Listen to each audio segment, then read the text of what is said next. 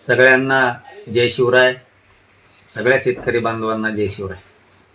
आपल्या शेतकऱ्यांच्या कर्जमाफीसाठी आणि विविध शेतकऱ्यांच्या शेतमजुरांच्या दिव्यांगांच्या प्रश्नासाठी माजी मंत्री बच्चूभाऊ कडू यांनी हे उपोषणाला बसले.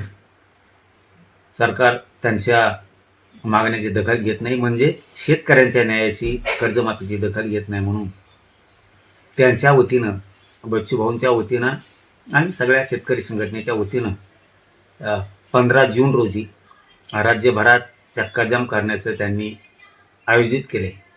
त्याला सगळ्या बांधवांनी, या राज्यातल्या शेतकरी बांधवांनी शांततेत मोठ्या प्रमाणात कर्जमाफीसाठी सगळ्या शेतकऱ्यांनी पाठिंबा द्यावा ही सगळ्या शेतकरी बांधवांना विनंती करतो.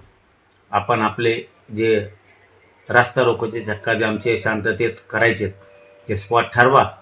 आमचा गोदा पाट्यातला पैठण फाटा शहागड इथं ठरलाय.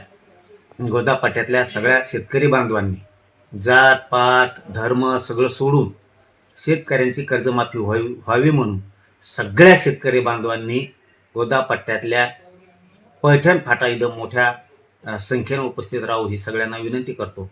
आणि राज्यभरातली कर्जमाफी शेतकऱ्यांची व्हावी म्हणून मराठवाडा, विदर्भ, खानदेश, पश्चिम महाराष्ट्र, कोकण, मुंबई सगळ्या विभागातल्या जमल तसं सर्व शेतकऱ्यांनी एक दिवसासाठी 15 जून रोजी सगळ्यांनी शांततेत एकजूट दाखवून आपल्या शेतकऱ्याला, स्वतः आपण शेतकऱ्याचे लेकर आहेत, आपल्या स्वतःला न्याय मिळवून घेण्यासाठी आपण सगळ्यांनी एक दिवस रस्त्यावर यावं आणि शांततेत यावं. कुठंही उद्रेक, जाळपोळ कसली घटना कोणी करू नये.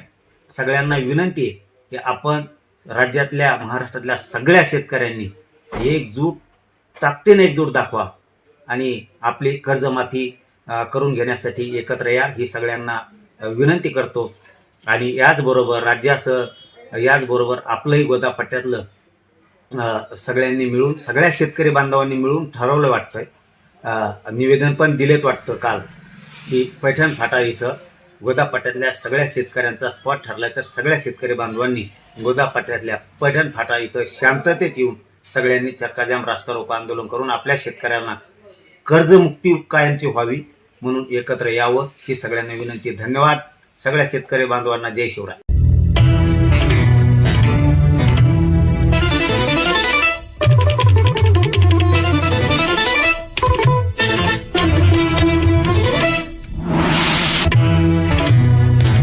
न्यूज 1 महाराष्ट्र.